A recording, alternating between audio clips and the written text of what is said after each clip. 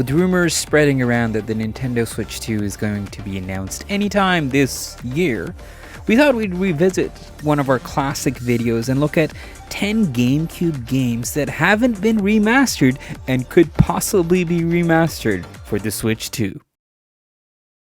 Wario nowadays, he's always in his jean jacket, picking his nose or dodging rain or whatever, but Wario's roots are in the platforms, baby, and the fact that his first full 3D solo adventure, Wario World, hasn't seen a re-release ever is a tragedy. It was actually developed by Treasure, who worked with Nintendo on Sin and Punishment. Also apt, since the game is about Wario getting his gold doubloons back. The gameplay is a lot of fun, and it's really a shame they didn't continue in this direction, since Wario always did give a bit of spice to the standard Mario platforming formula. It's not the craziest shake-up by any means, but if you're a fan of Mario Sunshine or 64, you're gonna feel at home here. However, it is a bit on the short side, considering we live in an era of like 100-hour plus games, but for a cut deal price, stretch the screen to 16:9, and you'll definitely have people ready to splash the cash for it. I'm sure Wario would love that.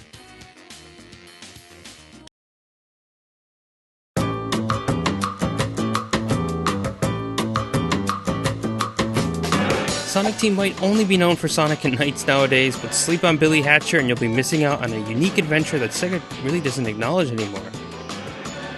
It might look a bit strange, a kid rolling around an egg, but it's just not any old egg. And it's not just one either. As you traverse the levels, you'll power up your eggs, and this will in turn boost Billy's abilities beyond what he's normally capable of. Despite the fun egg-based gameplay, it was a bomb, selling roughly 250,000 copies worldwide. Unlike most of the games on this list, which have Nintendo being the sole responsibility for re-releasing them, this one is all on Sega. Sonic is on a roll now, and we got a Monkey Ball remake, so what do we say we give old Billy Hatcher one more crack? What can I say about P&O 3 that won't get me banned on YouTube? Well, for starters, they don't make games like this anymore.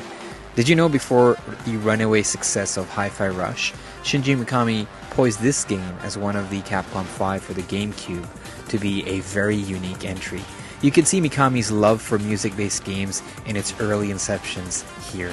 Vanessa moves with a dancer's grace despite the tank controls. The game has this post-future vibe in music and visuals.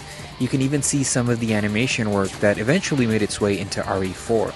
The game is the definition of diamond in the rough. The art style stood the test of time, and the top-notch animation still impresses.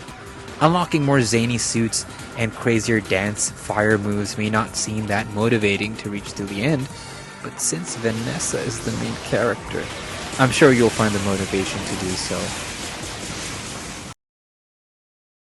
This little guy is itching for a pint-sized remaster, Chibi Robo. The original game, released on GameCube in 2005, sees you take control of a small robot as you run around a household spreading and or collecting happiness and solving everyone's problems because they're too inert and lazy to solve them themselves.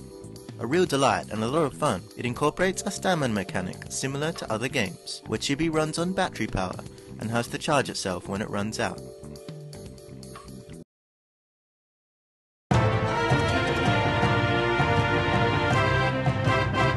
One of the last games Rare did with Nintendo, and certainly one of the more unique ones, Star Fox Adventures might not be on the top of the list for most people, but we think it deserved a mention. Originally starting as a completely different game, Shigeru Miyamoto convinced the team at Rare to use Star Fox characters instead. The team obliged, and what we got was a solid action-adventure title that does stray away from the Star Fox we may know and love, but adds a new angle to the series.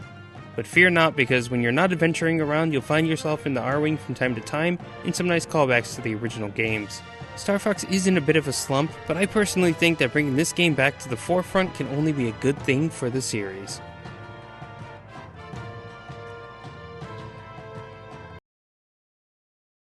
If Metal Gear Solid Twin Snakes came out on the PS2, it would be heralded as perfection to the original Metal Gear Solid. Fortunately, it came out on the Nintendo GameCube and has gotten the ire of many fanboys. Twin Snakes was a collab between Silicon Knights, Nintendo, and Konami.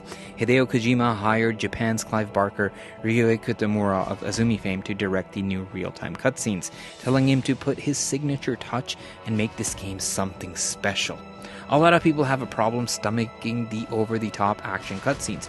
But Metal Gear's supposed to be realistic. No, you idiot. Metal Gear is and always will be anime. It's fantastical. Even the PS1 original wasn't grounded or remotely realistic. A battle with a tank using grenades, a psychic floating antagonist, a shaman carrying an aircraft grade Gatling gun? Yeah, that's so realistic. Metal Gear Twin Snakes is perfection. I don't need a Metal Gear movie at all. I don't want my expectations subverted. Twin Snakes is all I need. I want to see Snake take down a Hind D while jumping on a missile to launch his Stinger missile attack. I want to see Grey Fox fight Metal Gear like a super soldier would. If you still can't stomach that, then take the original as Otakon's retelling and Twin Snakes as Solid Snake's retelling of the infamous Shadow Moses incident.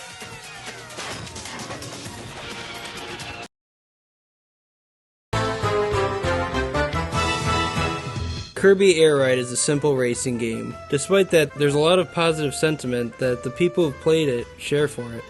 If you're familiar with Super Smash Bros. Brawl, you'll notice the menu layout is fairly similar, which makes sense because Masahiro Sakurai, who created both Smash Bros. And Kirby, directed both games. You'll start off with just Kirby as a selectable character, but can unlock DDD, Meta Knight, as well as more vehicles and music as you play through the game.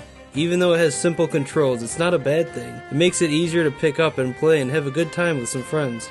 It'd be great if this was remastered, since it's another GameCube gem that should be more accessible to more people.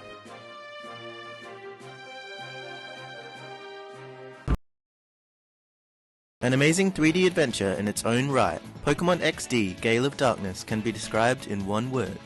Unique. In this sequel to Pokemon Colosseum, Gone is the standard catch Pokemon in grass and get 8 gym badges wrong. This game has you stealing corrupted shadow Pokemon from Team Cypher and other unfortunate trainers, and changing them back into regular Pokemons, in efforts to foil a dastardly plot. Accompanying you on your journey is everyone's favourite left field starter Eevee, and a sweet robot hand. A subversion truly masterful and not seen again until Arceus. A remaster of Pokemon XD would breathe some fresh air into what's often considered a repetitive series. Super Smash Bros. Melee continues to be a popular title in the competitive landscape. But that's not all this game brings to the table, with the series' first in adventure mode, event mode, stadium, and trophies. Tons of trophies. You'll be battling it out with classic Nintendo characters in a cool, futuristic, and sort of techno aesthetic. You get 26 characters to duke it out with.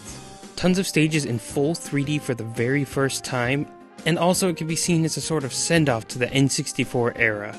Bringing online to the game is likely more than Nintendo would ever consider doing, but enable widescreen, let every region get each trophy, and that should be enough. It's a phenomenal game with some of the tightest gameplay in the series and a true milestone. And that's why it deserves a remaster. I will start by saying, this game is my favorite game of all time. This game is a perfect 10. There is no game that has given me more joy, more value for my money, more challenge, and more surprises than F-Zero GX.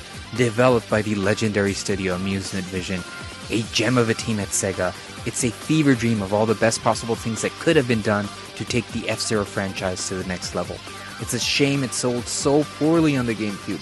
However, in the decades since, this game has amassed a following, much like Metroid Prime, and a remaster will set the world on fire. F-Zero GX is perfect.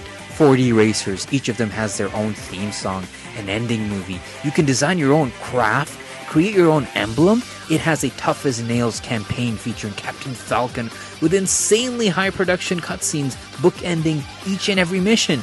The speed, the story the courses has to tell, from the natural greenhouse track suspended above a lush forest and green plant to a futuristic megalopolis that seems more like a circuit board than a city in Aeropolis.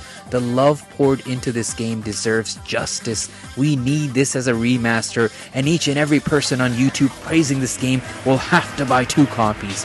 Please make F-Zero GX Remaster happen.